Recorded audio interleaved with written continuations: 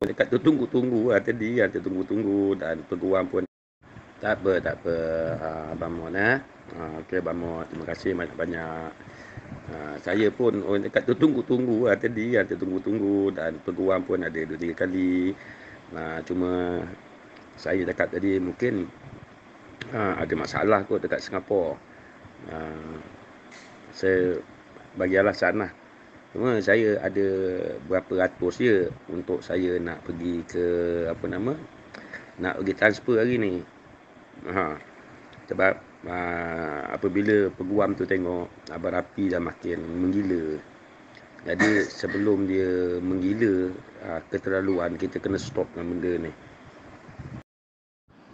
Ini ke yang dikatakan seorang sahabat Abang Mahmud? Ini ke? Umur dah 60 tak sedar-sedar diri. Okey. Kalau Allah Ta'ala nak bagi 3 tahun lagi, okey, nak jalan.